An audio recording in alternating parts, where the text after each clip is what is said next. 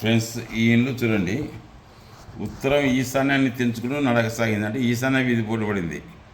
వీళ్ళు నన్ను పిలిచి, అయ్యా మా ఇండ్లు చూడండి అంటే, దీనికి ఉత్తర ఈశాన్య వీధి పోటీ పడింది, మంచిగానే ఉంది కదమ్మా, ఇట్లా ఉత్తరం అద్దు చేసి మెట్లు కట్టినారు, కొద్దిగా ఆర్థిక ఇబ్బందులు అనారోగ్యాలు ఇక్కడ కొంచెం గ్యాప్ ఇడ్సండి, ఒక అడుగున్నారా మేము గ్యాప్ ఇడ్సి మెట్లు పెట్టుకోండి, మీకు మంచిగా ఉంటుంది, ఇక్కడ వాయువంలో గుంత ఉండరాదు, ఇక్కడ గుంత ఇక్కడ సెంటర్లో తీసుకోండి అని చెప్తే, లేదయ్యా మాకు చాలా ఇబ్బంది కలుగుతుంది ఇంట్లో. ఈ ఇంట్లో అయితే డబ్బు పరంగా కానీ ఏ పరంగా కానీ ఈశాన్య వీధి పడబడింది అమ్మో బాగుంది, ఇక్కడ కూడా ఈశాన్యం పెరిగింది, ఇక్కడ అంటే తూర్పు ఈశాన్యం కూడా పెరిగింది ఇక్కడ అని చెప్తే, లేదు మాకు ఇబ్బంది కలిగింది అది ఇది అన్నారు. ఈ స్థలం ఇట్లా వచ్చి ఇలా ఖాళీ స్థలం వాళ్ళది, ఈ నుంచి ఇట్లా ఆగ్నేయానికి వచ్చేసరికి తగ్గిపోయింది అని అప్పుడు చెప్తున్నారు. ఇది తగ్గిపోయింది అంటే ఈ గోడ తీసేయండి, అంతా సమంగా చేసుకోండి ఇక్కడ అని చెప్తే, లే మాకు ఇబ్బంది కలుగుతుందంటే చూడండి పక్కన ఇండ్లు చూడండి, ఉత్తరం వీధి ఈశాన్యం తెంపుతూ నడక సాగింది. అప్పుడు ఉత్తర ఈశాన్య వీధి పోటు దాని ఫలితంగా వాళ్ళు ఆర్థికంగా చాలా బాగున్నారు. అయితే మెట్లు ఉత్తరం కాంపౌండ్ను ఆనుకొని ఉన్నాయి, అలా ఉండకూడదు. వాయువం లోపల లెట్రిన్ గుంత ఉంది, అక్కడ నిండా వాయువంలో ఉండకూడదు, ఆర్థికంగా అనారోగ్యంగా ఇబ్బందులు జరుగుతుంది అని ఆ లెట్రిన్ గుంత వాయువంలో నుంచి పశ్చిమం గోడకు 4 అడుగులు విడిచి తీయండి. అక్కడ మెట్లు ఉత్తరంలో కాంపౌండ్కు తగిలి ఉన్నాయి. ఉత్తరం హద్దు అయితే ఆర్థిక ఇబ్బందులు అనారోగ్యాలు కలుగుతాయి కాబట్టి కాంపౌండ్ కూడా కొద్దిగా గ్యాప్ ఇచ్చి దూరంగా కట్టండి.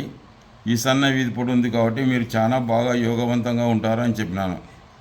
ఎలాంటి ఇబ్బందులు లేదు అని నేను చెప్తే, అయ్యా మీరు బాగుంటారని చెప్తున్నారు కాబట్టి మాకు డబ్బులకైతే కుదవలేదు, కానీ ఇల్లు కట్టినప్పటి నుంచి మాకు అన్ని అనర్థాలే జరుగుతున్నాయి అని యజమానికి పిచ్చి పట్టి మెంటల్గా ప్రిపేర్ అయ్యి ఆ ఇండ్లు వదిలి ఊరు ఇచ్చి ఆత్మహత్య చేసుకున్నాడు.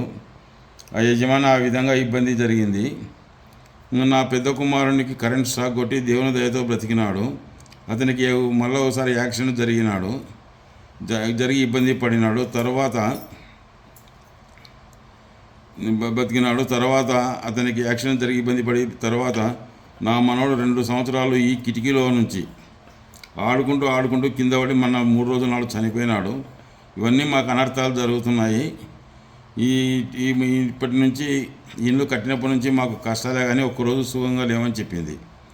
ఇల్లు చాలా బాగుంది అంటే ఇలా చెడు జరిగిందంటే మీకు నిండా ఆగ్నేయంలో కానీ వాయువంలో కానీ ఏదైనా ఎద్దుల షెడ్డు కానీ ఏదైనా ఇల్లు కానీ ఏదైనా మరేదైనా ఉండాలని చెప్పినాను. అంటే ఈ ఇంటికి ఇట్లా ఆగ్నేయంలో కానీ ఇట్లా వాయువంలో కానీ ఏదైనా ఉంది అంటే మాకు వాయువంలో ఇల్లు ఉంది, ఆ వాయువం నుంచి ఇక్కడ ఆగ్నేయంలోకి వచ్చినామని చెప్పినారు.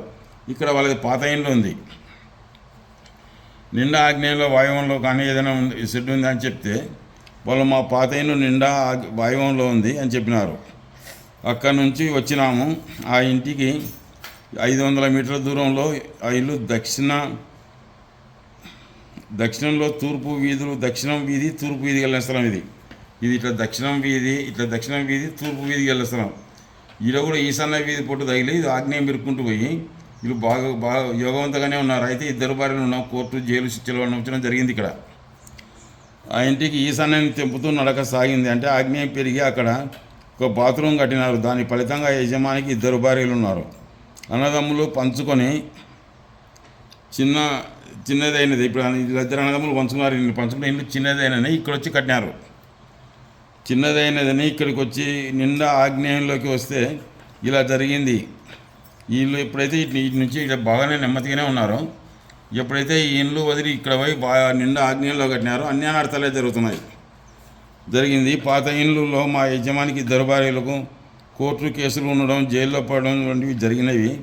ఇక్కడికి వస్తే ఇలా జరుగుతుంది అని బాధపడినారు. అంటే ఇక్కడ ఉంటే మంచి కోర్టు జైలు శిక్షలు అన్నీ అనుభవించిన లేనిపోయిన గొడవలు ఎందుకు, మాకెందుకు వచ్చిన గొడవలన్నీ మనం ప్రశాంతంగా బతకాలని ఇక్కడ వచ్చి కట్టుకుంటే ఇలా వాయువంలోకి వస్తే ఆగ్నేయంలోకి వస్తుంది. ఆగ్నేయంలోకి వస్తే అన్ని అనర్థాలు జరిగినాయి అని చెప్పడం జరిగింది. ఇక్కడికి వస్తే ఇలా జరుగుతుందని బాధపడినారు.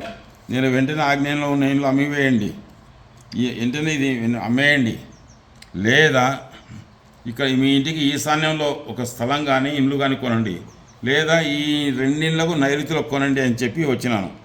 ఇప్పుడు చూడండి ఫ్రెండ్స్, ఇది ఉత్తర ఈశాన్యం తెంచుకుంటూ నడక సాగింది. ఇది ఇప్పుడు ఈ బజార్ ఇట్లా ఉత్తర ఈశాన్యాన్ని తెంచుకుంటూ నడక సాగితే వీళ్ళు భాగ్యవంతులుగానే ఉన్నారు.